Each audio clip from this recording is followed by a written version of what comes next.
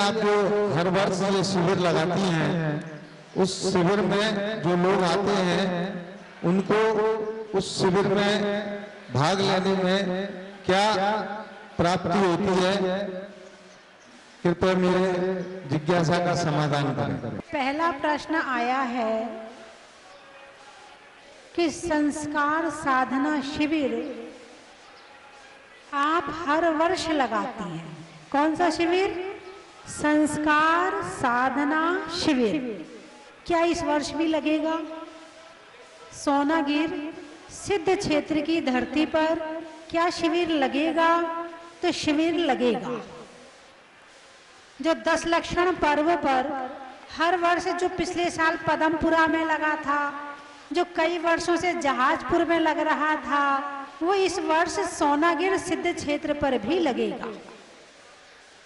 और जितने हमारे परमानेंट आने वाले हैं उन सबके नाम तो सबके आ चुके हैं और बहुत सारे लोगों की स्वीकृतियां आ गई हैं। अब करना क्या पड़ेगा? इसमें कितने रुपए देने पड़ेंगे? शिविर में बैठने के लिए कितने रुपए देने पड़ेंगे? तो शिविर में बैठने के लिए कोई रुपए नहीं देने पड़ेंगे, कोई राशि नहीं देनी पड़ेगी। यहाँ की सारी व्यवस्था आपको निशुल्क प्राप्त होगी। इसका कारण है, कोई ये कहे कि हमारे पास पैसे तो नहीं है मगर हम बैठना चाहते हैं, तो वो भी बैठ सकें, और जिनके पास हैं वो तो बैठेंगे, है ना? पहली बात। दूसरी बात है, यदि कोई सोनागिर सिद्ध क्षेत्र आने में असमर्थ हो, वो टिकट भी नहीं लगा सकते हो, तो ऐसे भी महानुभाव मेरे पास में हैं कि जो सोनागिर की आने जाने की व्यवस्था भी करेंगे। यदि आप सोनागिर शिविर में बैठना चाहते हो तो अपने नाम फोन नंबर पे लिखा दें और आपको कैसी व्यवस्था चाहिए है वो बता दें, ठीक है? शिविर में बैठने से फायदा क्या है? हर व्यक्ति ना कायदा जानता है ना वायदा जानता है, हर व्यक्ति फायदा जानता है। तो शिविर में बैठने से फायदा क्या है? आप अपने घर में जब रह कर के 10 लक्षण पर्व मनाते हैं तो सुबह उठे, घर का काम किया और फटाफट मंदिर चले गए, 2-3 घंटे पूजा करी, लौट के आए, फिर वही रोटी, फिर वही रसोई, फिर वही खाना, फिर वही खिलाना, फिर वही दुकान, वही क्रिया शुरू हो जाती है जो संसार की होती है। लेकिन यदि आप शिविर में बैठोगे तो यहाँ पर पूजा की थाली और भोजन की थाली दोनों आपको लगी लगाई मिलेंगी। ना पूजा की थाली का तैयार करना है, ना भोजन की थाली तैयार करना है, दोनों आपको यहाँ पर लगी लगाई मिलेगी। और जिसको ये दोनों थालियां लगी लगाई मिल जाए, बड़ा आराम, फिर कोई टेंशन नहीं, फिर कोई विकल्प नहीं, फिर तो धर्म करने में कुछ भी करने की जरूरत ही नहीं पड़ेगी। और निर्विकल्प होके सुबह 5 बजे से लेके रात को 10 बजे तक बिना टेंशन के दिन भर धर्म होगा। घर में रहकर आप चाहो कि सुबह 5 बजे से रात को 10 बजे तक धर्म हो जाए तो बड़ा मुश्किल है। लेकिन आप यदि सोनागिर सिद्ध क्षेत्र पर आएंगे तो बिना कुछ प्रयास किए और दिन भर आपकी धर्म की क्रिया चलती रहेगी। तो आप लोग अपने नाम जल्दी जल्दी लिखाएं। टीवी पर भी नंबर चल रहे हैं और हमारे जो महाराष्ट्र के जालना के पहाड़े हैं, अजय जी पहाड़े, वो भी सबके नाम लिख रहे हैं। उन्होंने भी बहुत सारे नाम अभी बता रहे थे कि करीब काफी नाम आ चुके हैं। तो आप लोग जो है नाम लिखाएं और शिविर में आके बैठ के सिद्ध क्षेत्र सोनागिर में, वैसे तो जीवन में कभी आप 10 दिन रहने वाले, वैसे तो 10 दिन कभी रहने वाले नहीं हो, लेकिन इस बहाने आप सिद्ध क्षेत्र सोनागिर में 10 दिन प्रवास कर सकते हो, ठीक है। और फल, घर छोड़कर रहोगे तो मोह कम होगा, धर्म बराबर होगा। 10 दिन के लिए कम से कम मोह से दूर हो जाओगे, कम से कम 10 दिन घर वालों की चिंता से, खाना पीना सबकी चिंता से दूर हो जाओगे। तो इसीलिए शिविर में आके अवश्य बैठें और एक शिविर में आनंद लें कि कैसा आनंद आता है शिविर में। चलिए अगला प्रश्न। जैन जयपुर से। माताजी, हम कोई भी कार्य करते हैं तो सबने ही देखा है, चाहे वो कार्य भौतिक हो या आध्यात्मिक हो, बिना बाधाओं के संपन्न नहीं होता। जैसे हम खाना भी बनाएं तो सभी महिलाओं को एक अनुभव रहा होगा, चाहे वो पूरी तैयारी कर लें, पता नहीं कौन सी बाधा कहाँ से आ जाती है। और जब मेहमान आने हो तब तो हम मान के चलते हैं कि कुछ अनएक्सपेक्टेड प्रॉब्लम जरूर आएगी। मंदिर में बैठे अगर 2 मिनट एक माला भी फेरें, हम पूरी कोशिश कर लें कि कोई आज संकल्प विकल्प मन में ना आए, पर ऐसा होता नहीं है, कहीं ना कहीं कुछ दिमाग में आ ही जाता है। दर्शन करें तो कुछ ना कुछ बाधा आएगी, अगर हम स्वाध्याय करते हैं तो भी कहीं ना कहीं से कुछ बाधा आती है।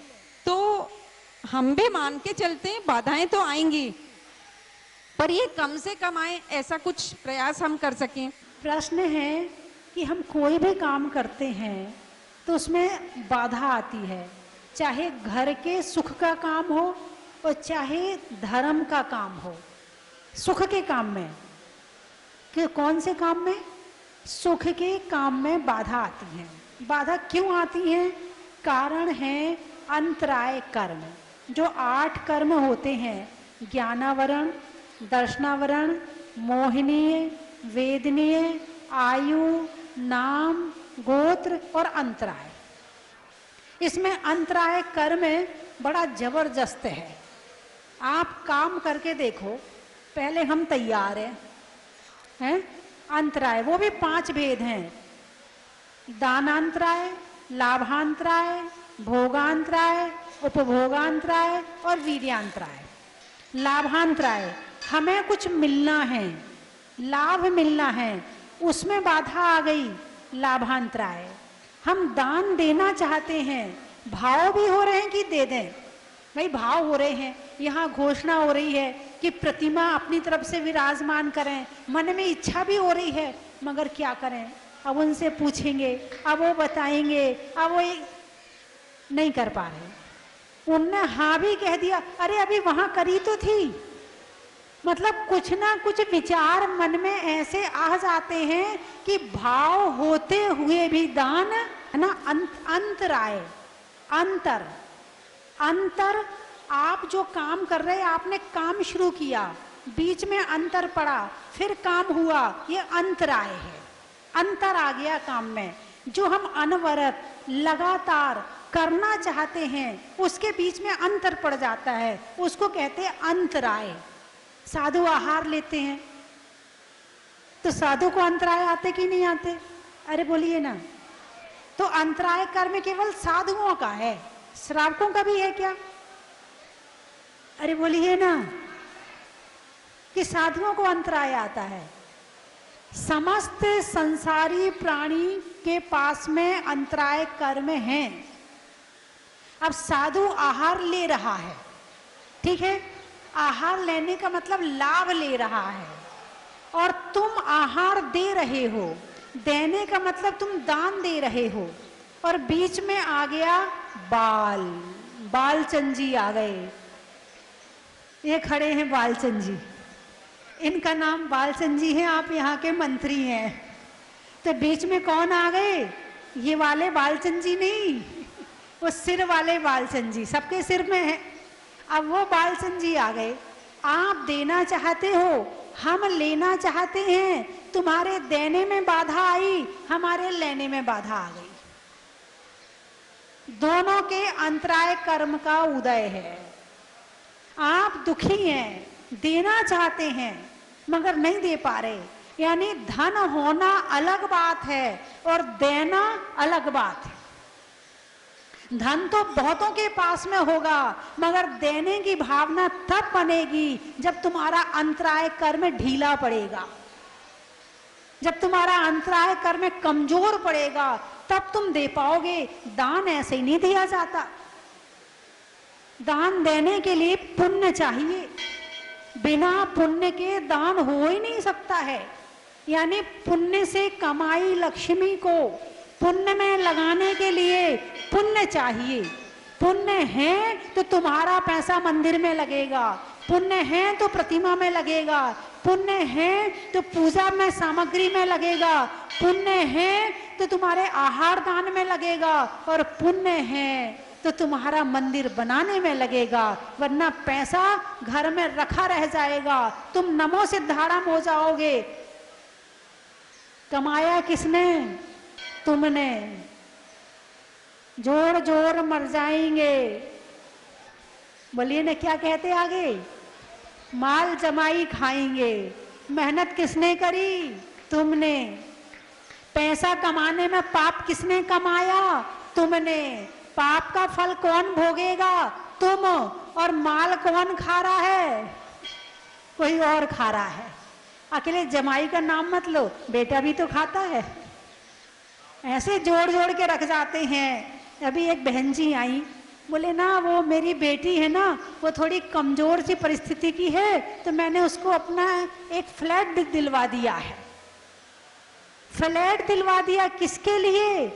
बेटे के लिए। लेकिन यहाँ पर यदि सिद्ध क्षेत्र पर लगाना हो तो नहीं, वो नहीं हो पाएगा, हम नहीं कर पाएंगे। यानी जितना पैसा है वो मोह में, भोगों में खर्च होता है, लेकिन दान धर्म में खर्च नहीं होता है। तो चाहे आप छोटा काम करो या बड़ा काम करो, अंतराय आता है। अंतराय आ रहा है, अंतराय कर्म के कारण। अंतराय दूर करो तो अंतराय मिट जाएगा। तो उसके लिए तपस्या करो, व्रत करो, उपवास करो, पूजा करो, दान दो, भक्ति करो, जाप करो, ध्यान करो, जिससे अंतराय कर्म कम हो जाएगा और जो सुख में बाधा आती है वो कम होने लगेगी। ठीक है, चलिए अगला प्रश्न। संकल्प से अभिषेक को जोड़ देंगे तो अभिषेक करने वालों की संख्या बहुत कम हो जाएगी। अभी एक भाई आए मेरे पास, अभी कुछ दिन पहले की बात बताऊं, 2 दिन पहले की बात है। बोले एक भाई हैं, बोले खूब दान करते हैं, खूब धर्म करते हैं, खूब धर्म की चर्चा करते हैं, होटल में खाते हैं। क्या करते हैं? होटल में खाते, छोड़ते नहीं है। दान अलग चीज है, दान अलग चीज है और त्याग अलग चीज है। दान करने के लिए पुण्य अलग चाहिए और त्याग करने के लिए पुण्य अलग चाहिए। दान करने के लिए अंतराय कर्म का क्षयोपशम चाहिए और त्याग करने के लिए मोहिनी कर्म का क्षयोपशम चाहिए, चारित्र मोहिनी का क्षयोपशम चाहिए। और वर्तमान में भौतिकता इतनी ज्यादा है, इतनी ज्यादा है। अभी मैं परसों नीचे जा रही थी तो एक 80 साल की अम्मा जी, पता नहीं साल की कितनी, 80 की तो लग रही थी, आराम से बैठ के कुल्फी खा रही थी, पूरे मजे ले रही थी। मैंने कहा ये भी ठीक है, तीर्थ यात्रा भी करो और पूरा आनंद भी लो। तो वर्तमान में त्याग की तरफ की प्रेरणा देने के लिए हम साधु बहुत हैं, इनसे ही त्याग कर लो। इतने लोग बैठे हैं, मैं एक त्याग दे दूं तो 4 हाथ उठेंगे, और अभी मैं दान की बात कर दूं तो हो सकता है 20-25 हाथ उठ जाए। और त्याग मैंने जबरदस्ती करवा भी दिया तो तुम घर में जाके 10 जनों से कहोगे वहां अभिषेक मत करना, वहां जबरदस्ती नियम दिए जाते हैं, वहां नियम में अभिषेक होता, वहां जाना मत, तू अभिषेक मत करना, कपड़े ही मत पहनना। जब तू कपड़े ही नहीं पहनेगा तो काहे का त्याग करवाएंगे। और यदि दान के माध्यम से हो रहा है तो क्षेत्र का विकास भी हो रहा है, क्षेत्र हमारा समृद्ध हो रहा है। आज सोनागिर आज से 25 साल पहले कैसा था और आज कैसा है?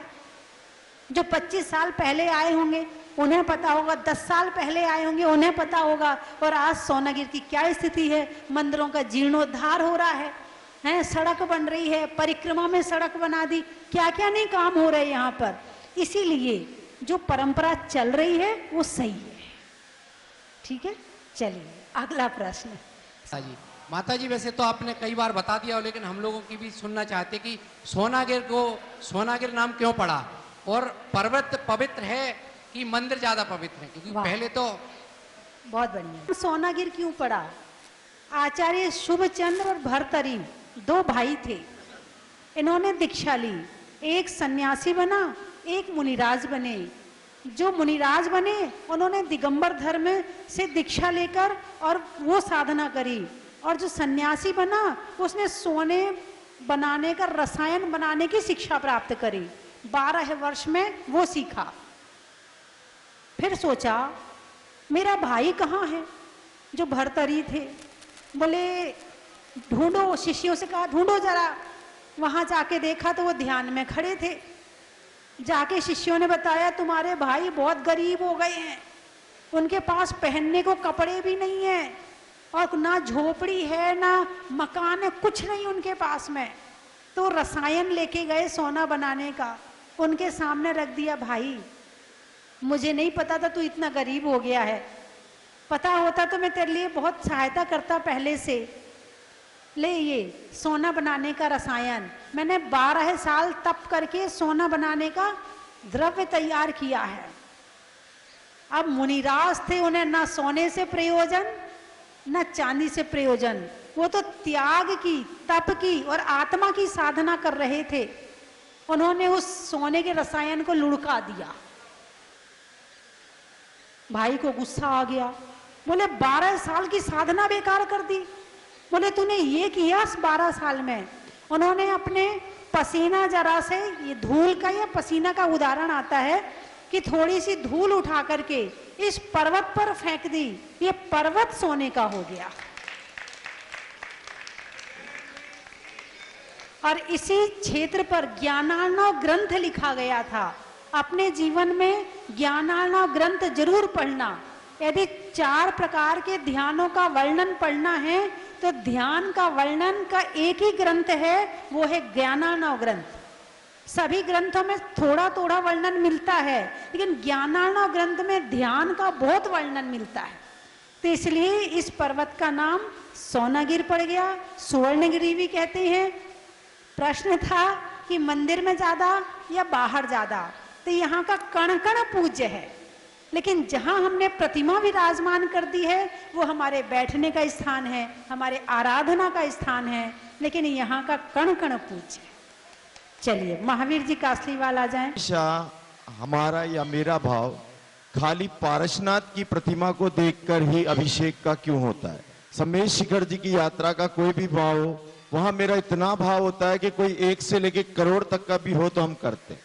और कुछ पुण्य ऐसा गड़बड़ हो रहा है कि एक जिन मंदिर बनाना है जयपुर शहर के एक कॉलोनी में, लेकिन वहां 3 बार हमने बयाना दे दिया तो भी नहीं बन पा रहा। मेरी धर्मपत्नी के 2 साल हो गए, नमक चीनी सभी चीज के त्याग चल रहे हैं। 2 साल से किसी भी तरह का नमक कोई ऑप्शन भी नहीं लिया, लेकिन पुण्य का ये उदय नहीं है। सवाल 2 है। पहला कि भाव पारसनाथ की प्रतिमा या शिखर जी के नाम पे ही क्यों मन बनता है और जगह मान क्यों नहीं बनता? बहुत मीठा, नमक, कड़वा, खट्टा और कषायला 5 रस होते हैं। 5 रस फेवरेट हो ऐसा कोई नहीं है ना? किसी को मीठा ज्यादा अच्छा लगता है, किसी को करेला ज्यादा अच्छा लगता है, किसी को नमकीन ज्यादा अच्छा लगता है, किसी को खट्टा ज्यादा अच्छा लगता है। 24 तीर्थंकर हैं।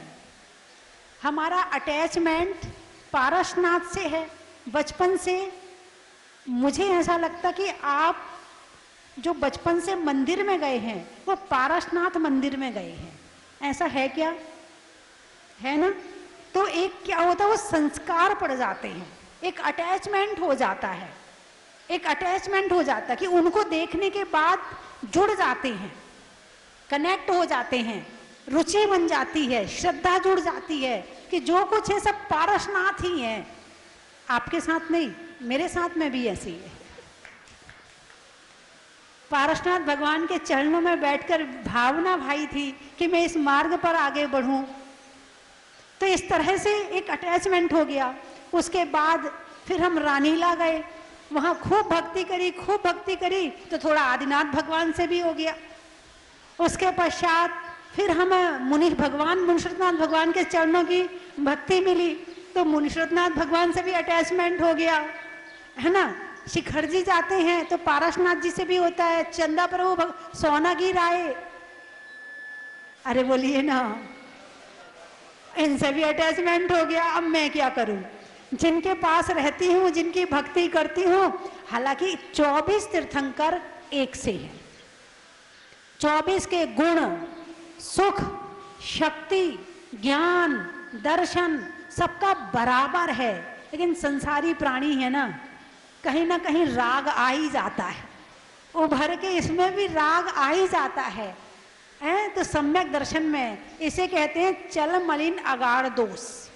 सम्यक दर्शन तो है मगर थोड़ा सा ही, हम इसी वेदी पर पूजा करेंगे, हम इन्हीं भगवान की पूजा करेंगे, ऐसा मन में विचार उत्पन्न हो ही जाता है। तो इसमें कोई ज्यादा विशेष बात नहीं है। जब आप स्वाध्याय करें, मोक्ष मार्ग पर आगे बढ़ें तो आपको और आगे बढ़ने का मौका भी मिलेगा। और जैसी आपकी भावना है पारसनाथ भगवान, तो सोनागिर में 10 तीर्थंकरों की प्रतिमाएं सहस्त्रकूट में विराजमान होंगी, है ना। आदिनाथ, चंद्रप्रभ, वासुपूज, शांतिनाथ, कुंथुनाथ, अरहनाथ, मुनि सुब्रत, नेमिनाथ, पार्श्वनाथ और महावीर। अब आप पसंद कर लो कौन सी करना है। पार्श्वनाथ फाइनल हो गया, लॉक करो भाई, क्योंकि एक अटैचमेंट होता है।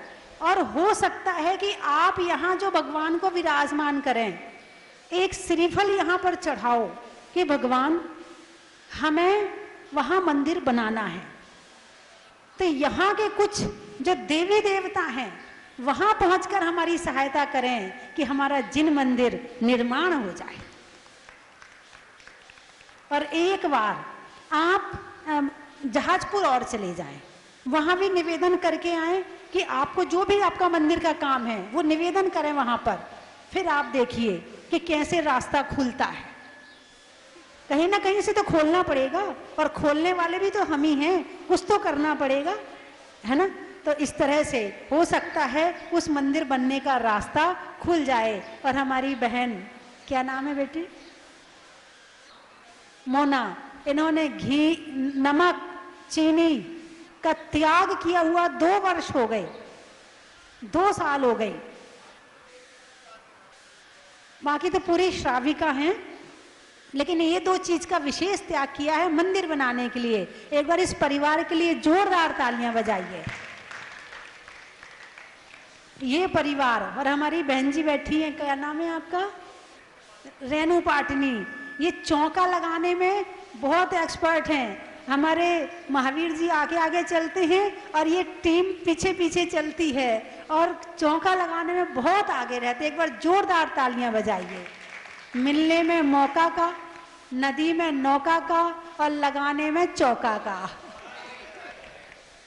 चलिए अगला प्रश्न विनय जी। बेसिकली मैं मुरार से बिलोंग करता हूँ, मुरार के रहने वाले हैं।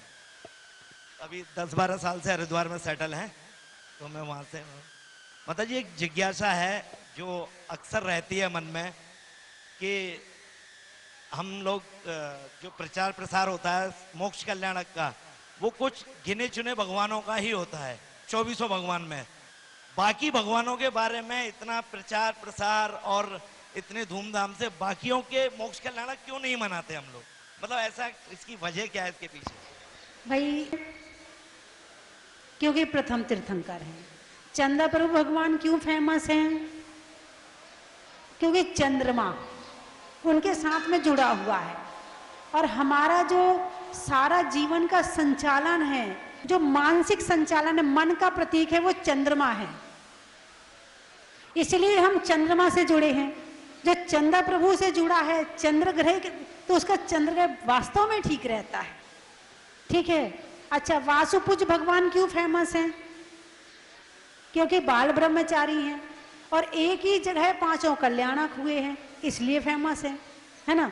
शांतिनाथ, कुंतुनाथ, अरयनाथ भगवान क्यों फेमस हैं? शांतिनाथ जी क्यों फेमस है? हमें शांति चाहिए, इसलिए शांति पे नाथ भगवान फेमस है। कुंतुनाथ, अरयनाथ भगवान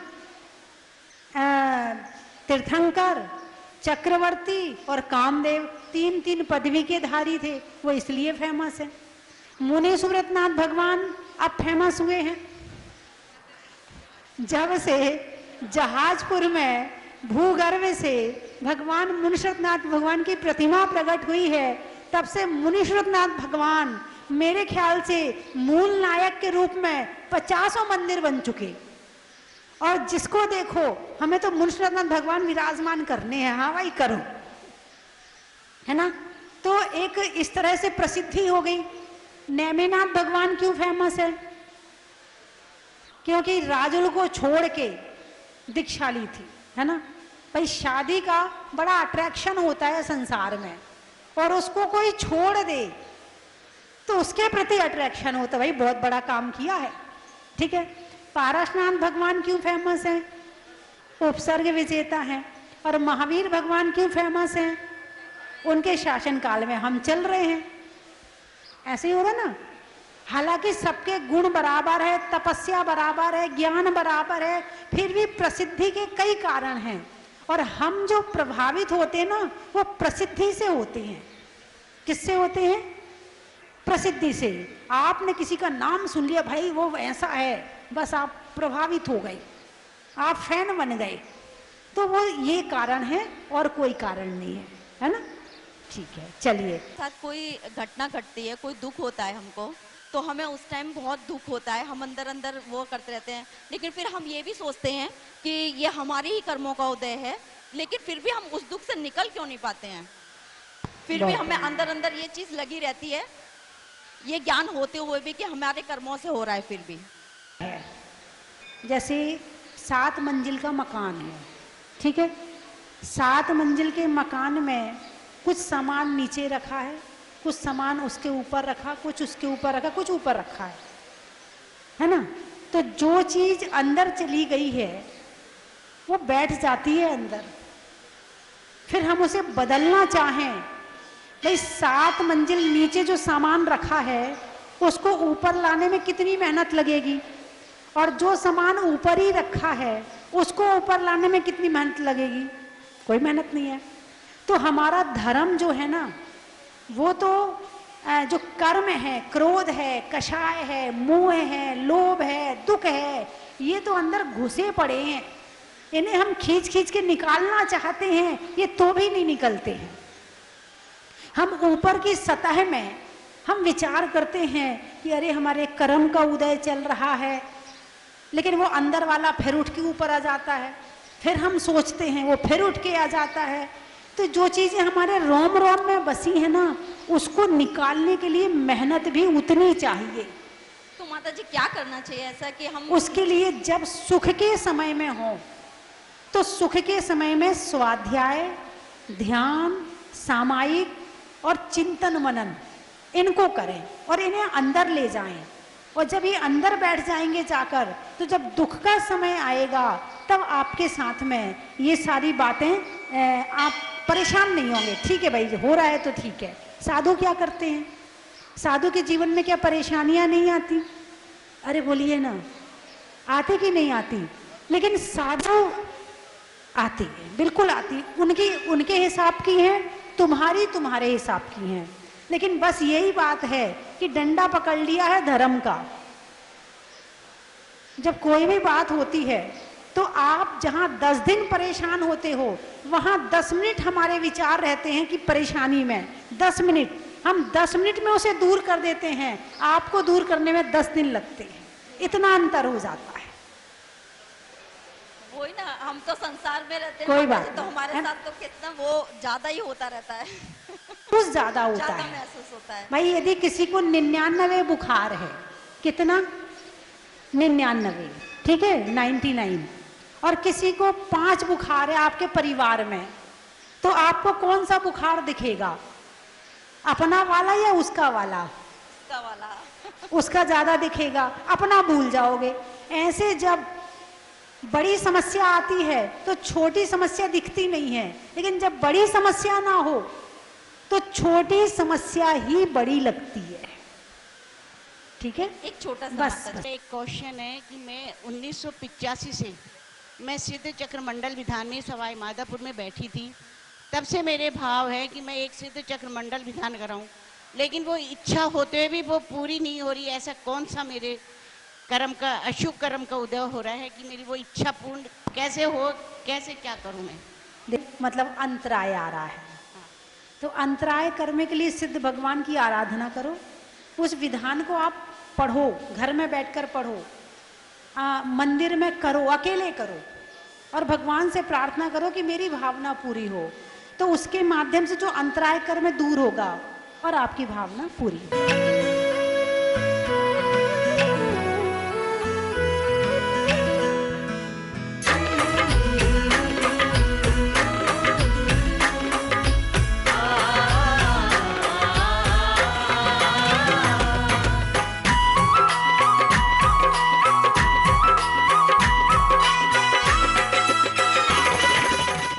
प्रभु जी भक्तों की सुनते अर्जेंट, चंदा सा मुखड़ा ब्राइट, चेहरे पे स्माइल्स लाइट, नैना जो चमके ब्राइट, देवों में ब्रिलियंट, हमारे चंदा प्रभु जी भक्तों की सुनते अर्जेंट। है सबसे अच्छा कार्य तो ये करते हैं कि हमें सबको दर्शन कराने के लिए ले आते हैं। दूसरा, पुराने मंदिरों के जीर्णोद्धार का काम इन्होंने एक जिम्मेदारी ली है, जिसको ये बड़े अच्छे से निभा रहे हैं। इनका चावल का व्यापार है। यहाँ के बारे में हमने सुना बहुत था, लेकिन किसी कारण से यहाँ पर आना नहीं हुआ था। यहाँ आकर के कि यहाँ के सारे अपने मंदिर के तीर्थ क्षेत्र कमेटी वालों को ये प्रेरणा लेनी चाहिए, यहाँ पर आकर के यहाँ की व्यवस्था देखनी चाहिए, और यहाँ पर आकर के सब व्यवस्थाएं बड़ी अनुकूल हैं, चाहे यात्री निवास हो, चाहे प्रक्षाल जी का स्थान हो, मंदिर का तो कहना ही क्या। इतनी सफाई किसी मंदिर में, दिगंबर जैन जिनालय में तो देखने को नहीं मिली अभी तक। ऐसा आना चाहिए ताकि आने वाली पीढ़ी अपने यहाँ पर आए और आकर के देखें और दर्शन करें और सब धर्म लाभ लें। ऐसी व्यवस्था मैं तो कहता हूँ सब जगह होनी चाहिए। वंदना माता जी। जब से मूर्ति निकली है तब से मेरा बराबर आने का रहा और सौभाग्य हर मिलता रहा है। यहाँ पे बहुत अच्छा लगता है, हमेशा आने के लिए मेरा मन रहता है। जब भी यहाँ से आता हूँ कोशिश करता हूँ कि जब भी जयपुर जाता हूँ, मेरा जयपुर जाना रहता है, हमेशा यहाँ दर्शन करना मेरा जरूर रहता है। और कोशिश, मैं बहुत अच्छा व्यवस्था को देख के मेरी तबीयत बहुत गदगद हो जाती है। यहाँ की व्यवस्था देख के मुझे लगता है कि हाँ सब जगह इस तरह की व्यवस्था हो तो हर जगह का जाना अतिशय बहुत अच्छा रहेगा। सब जय जिनेन्द्र। मैं सबसे पहले तो वंदना भी करता हूँ। आज मैं यहाँ पे जाजपुर आया, बहुत अच्छा लगा। यहाँ की व्यवस्था बहुत अच्छी थी। यहाँ के सभी श्रावकों को मेरे हिसाब से तो बहुत ही अच्छा लगा होगा, आनंद आया होगा। सुबह की प्रक्षाल का समय बहुत अच्छा है, व्यवस्था बहुत अच्छी थी, बोली लगाने का तरीका बहुत अच्छा था। मैं इस कमेटी का बहुत बहुत धन्यवाद करता हूँ। जय जिनेन्द्र। जल्द से जल्द बने।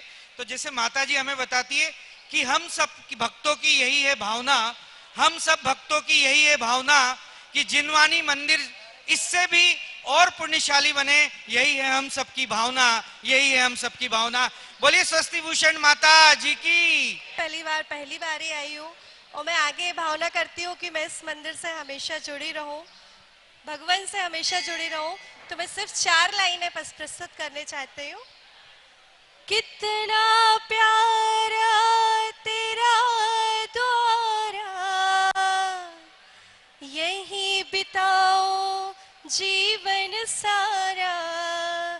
तेरे दर्श की लगन है, हमें आना पड़ेगा दुनिया में दोबारा।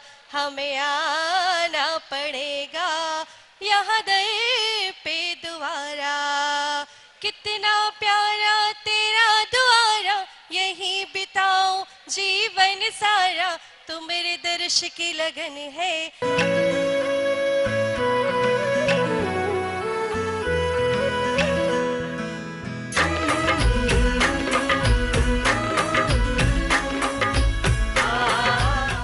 चालीस दिन तक 40 बार पढ़ते जो भविमान, बुद्धि शुद्धि धन हो अतुल, होवे सम्यक ज्ञान। बंधुओं, अतिशयकारी मुनिशतनाथ भगवान जहाजपुर वाले बाबा के पावन चरणों में 40 दिन महाअनुष्ठान चल रहा है, जो आने वाली 31 अगस्त तक चलेगा। अपने घर में सुख शांति समृद्धि के लिए, रोग शोग आदि व्याधि को दूर करने के लिए अतिशयकारी मुनिशतनाथ भगवान का 40 आप कर सकते हैं या करवा सकते हैं। मैं तो चाहता हूं आप यहां पर आकर के 40 करें। यदि आप यहां नहीं आ सकते हैं तो भी अपने परिवार की ओर से एक दिन के 40 के पुण्यार्जक आप बन सकते हैं, जिसकी न्योछावर राशि मात्र 5100 रुपए में है। बंधुओं, उस दिन जो शांति धारा होगी उसमें भी आपके परिवार का नाम बोला जाएगा। तो एक महासौभाग्य आपको बुला रहा है, आप अपनी स्वीकृति स्वस्ति धाम पर दे सकते हैं। धन्यवाद। चन की थाल को सजाओ रे आज, रत्नों की थाल को भर लाओ रे आज, आओ आओ करे रे गुणगान आरती भगवन की, आओ आओ करे गुणगान आरती भगवन की, आओ आओ करे रे गुणगान आरती भगवन की।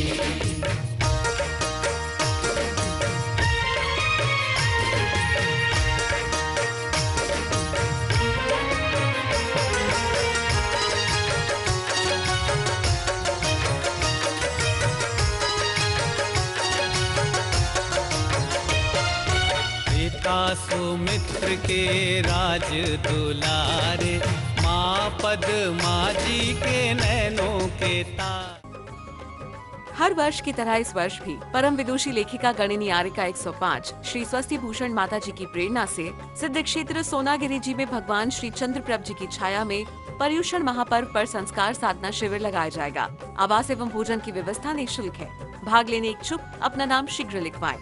संपर्क सूत्र 9425109179, 9425120146, 9993363242।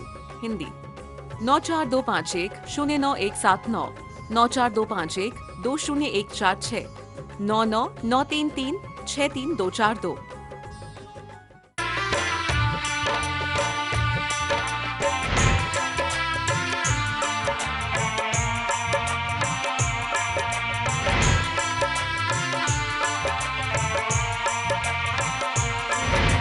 चलो रे चलो रे चलो चलो रे चलो रे चलो चलो जहाजपुर।